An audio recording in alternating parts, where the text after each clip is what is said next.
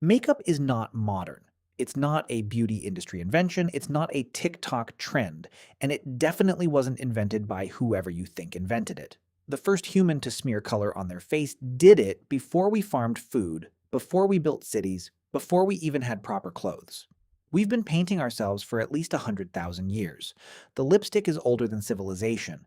And once you really sit with that, it gets strange, because makeup is one of those things we treat as totally optional, a little vain, a bit frivolous, and yet humans have been doing it everywhere, constantly, for longer than almost anything else we'd call culture.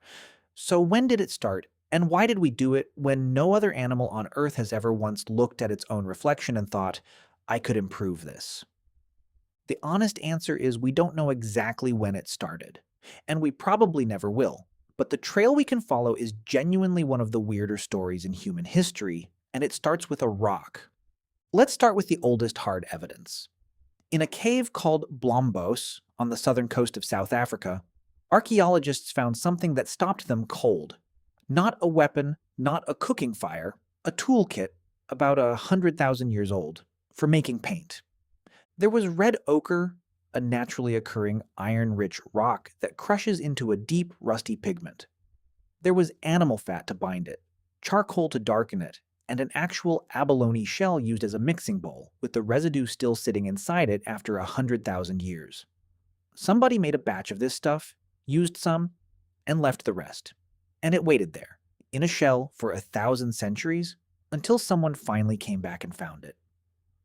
Think about what that means. 100,000 years ago, before agriculture, before writing, before the wheel by tens of thousands of years, a human being sat down and deliberately manufactured cosmetic color. This wasn't survival. You don't need paint to eat or stay warm. This was someone making something purely to put it on a body. The technology of looking good is older than the technology of growing food. So here's the obvious question. Why? What does paint do for a hungry, vulnerable, prehistoric human that's worth the effort? And the answer is the same reason we still do it: signaling. Humans are obsessively, compulsively social animals. We are constantly broadcasting information about ourselves, who we are, what group we belong to, what we've achieved, whether you should respect us, fear us, or want us. We do it with posture, with voice, with hairstyle, and very early on we started doing it with color on skin. A streak of red ochre across the face isn't just decoration, it's a message. It might say, I belong to this band and not that one. It might say, I survived the hunt. It might say, I'm an adult now, or I'm grieving, or I'm ready for war, or I'm someone you should take seriously. The face becomes a billboard. And in a world with no written language, no ID cards, no job titles, a painted face was one of the only ways to carry your identity around with you in public.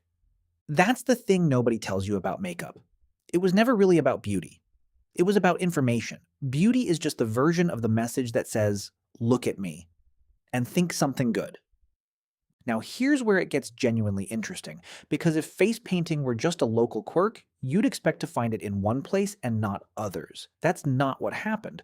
You find it everywhere. Ancient Egyptians lined their eyes with black coal. Indigenous Australians used ochre in ceremony for tens of thousands of years. Native American cultures painted faces for war, for ritual, for status. Ancient Britons reportedly went into battle stained blue. Across Africa, across the Pacific, across the Americas, across Europe, peoples who had never met, who shared no language, who were separated by oceans and tens of thousands of years, all independently arrived at the exact same idea. Take color. Put it on the face. When something shows up that universally, in cultures with no shared origin, it stops looking like a fashion choice and starts looking like an instinct, like something baked into the human operating system. The bare face, it seems, has never been quite enough for us. We have always wanted to edit it. But here's the part of the story that gets dark. Because the moment makeup became about status, people started paying for it with their health. Take ancient Egypt again. That gorgeous black eyeliner? Some of it was made with compounds containing lead. The Egyptians may have believed it had protective, almost medicinal properties. And weirdly, some modern research suggests trace amounts might have helped fight eye infections. But lead is lead, And chronic exposure is poison. It got worse later.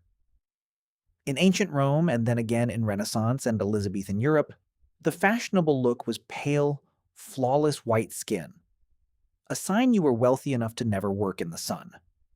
So people coated their faces in a white paint made from lead.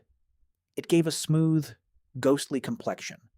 It also slowly poisoned them, damaging skin, rotting teeth, and in heavy users causing the exact disfigurement they were trying to paint over. So they'd apply more to cover the damage, which caused more damage, a loop you could literally die inside.